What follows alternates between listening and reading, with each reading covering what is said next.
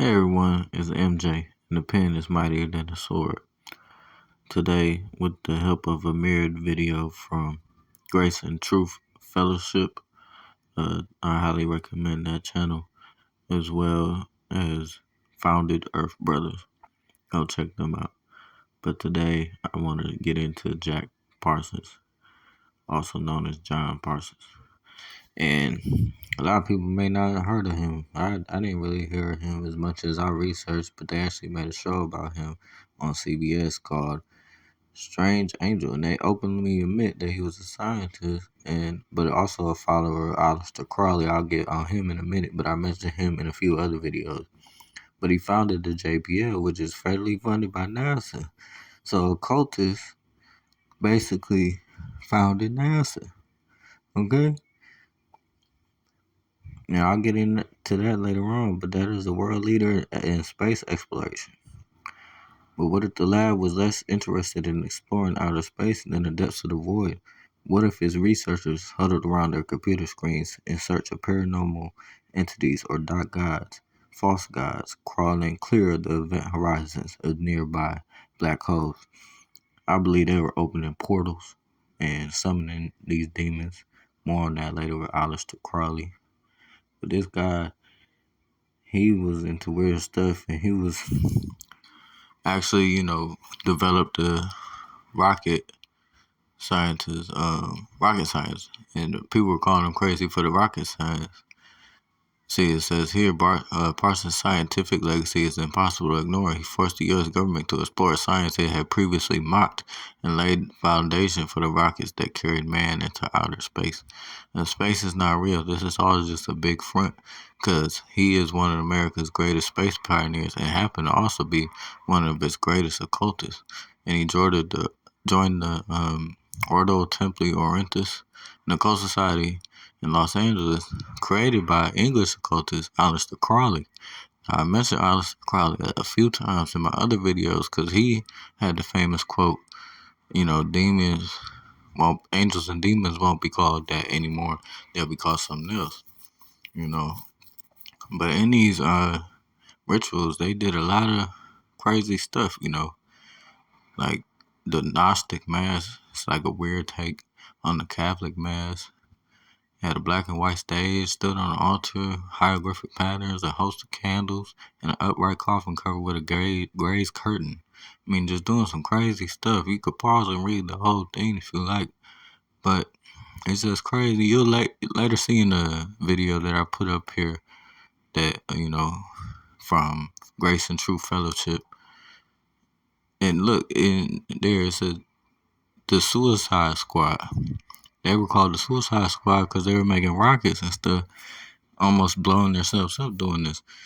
But, it gets deeper. They were summoning demons and doing all types of crazy stuff. So basically, occultists started NASA. You know, these people, what made the U.S. look into space.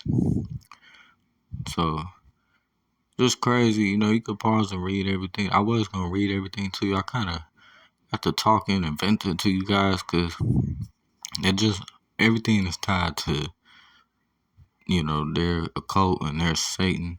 Even those secret societies, Freemasons, Skull and Bones, all of them are tied. Illuminati are tied, and they all have one agenda: the New World Order, where religion is witchcraft. Okay, pay attention. They got you, looking at astrology and a whole lot of stuff that has nothing to do with God. Okay, only thing that astrology has to do with God is He created the stars. Okay, but check this video out.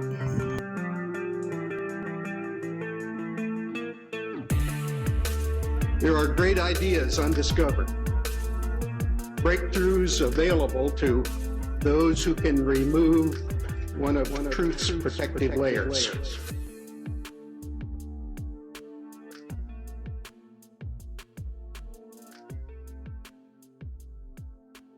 If you've got this gut-wrenching feeling that something big is about to happen, there's a reason.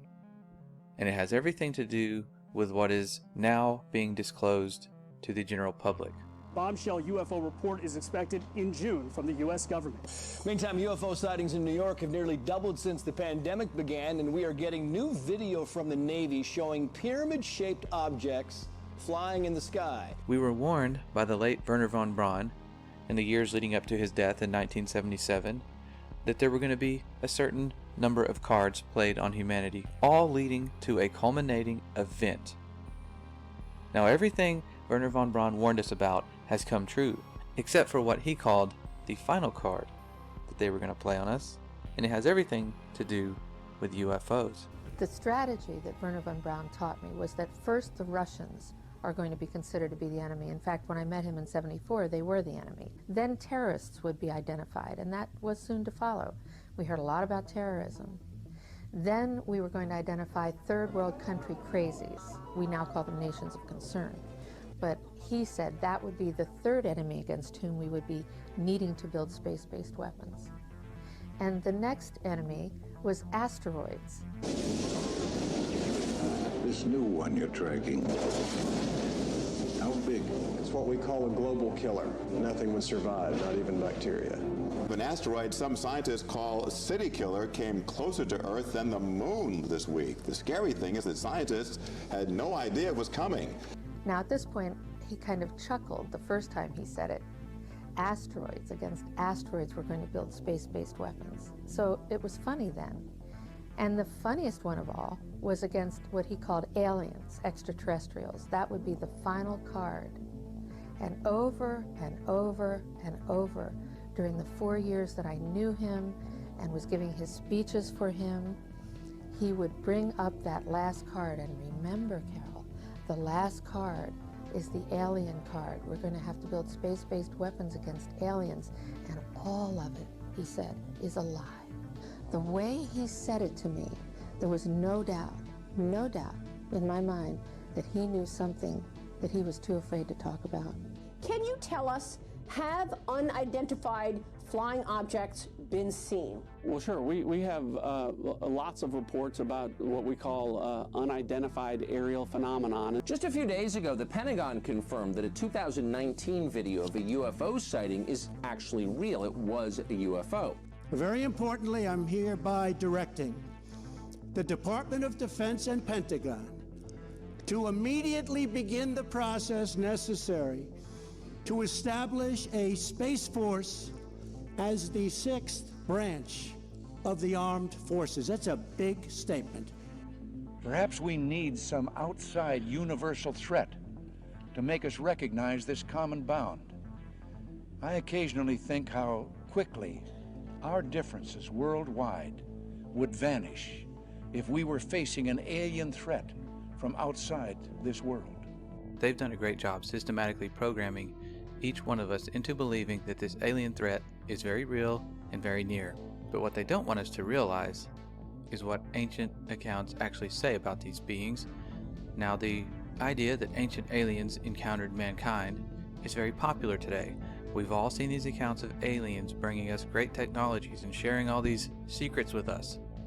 But what they want you to forget is the actual origin of these ancient alien stories.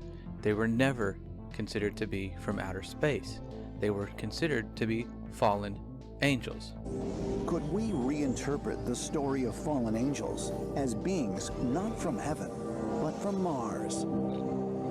Accounts dating back thousands of years depict an angelic race of people coming down and sharing their technologies and their ideas with mankind, even producing offspring. But they want us to forget that and replace it with this idea of ancient aliens from space. And they have to, because that's the only way this deception is going to work, is if we don't understand what's going on. Now, if we look back at the origin of the modern alien abduction era, we'll see that it has a very demonic undertone. And look at this character right here, Aleister Crowley.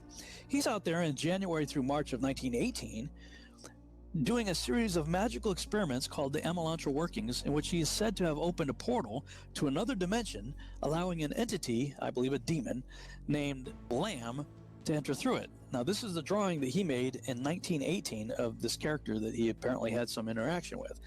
You know, if you look at this picture, it's curiously similar to something we might call an alien gray today in pop culture. So, it doesn't take a whole lot of research on this character to realize he was into some really, really dark stuff. So why did I bring this up? This is, 1918 timeframe. Well, you have this character who's very much a part of the early space program, Jack Parsons, who was basically a disciple, practically an heir apparent to Crowley and all of his activities. Well, supposedly Crowley's portal was further enlarged by Jet Propulsion Laboratory founder and rocket fuel scientist Jack Parsons. Okay, this is the guy who was one of the founding members of JPL. It was a big part of NASA and the space program. And he's out there with Scientology and Dianetics founder L. Ron Hubbard in March of 1946 at a location that later became known as Area 51. They're doing all kinds of ceremonial sex magic, and they called it the Babylon working. And it's very similar to the Emelantra working, based on ceremonial sex magic. But unlike Crowley, however, they were not as adept at opening and closing portals, and theirs apparently stayed open, and the modern UFO era began 1 year later, in 1947, the same year Crowley died. So, this is all going on about the same time you've got Admiral Byrd going down there for Operation High Jump. And a decade later, we got the founding of NASA, and these are the characters, okay? Freemasons, Nazis, and occultists creating the space program. What we're thinking of as aliens, Art, they're extra dimensional beings that an earlier precursor of the space program made contact with. They are not what they claim to be. They have infiltrated a lot of aspects of the military establishment, particularly the Area 51. So that was from Grace and Truth Fellowship, but I wanted to mention Crowley again, but I wanted to go back to what I was talking about with the stars.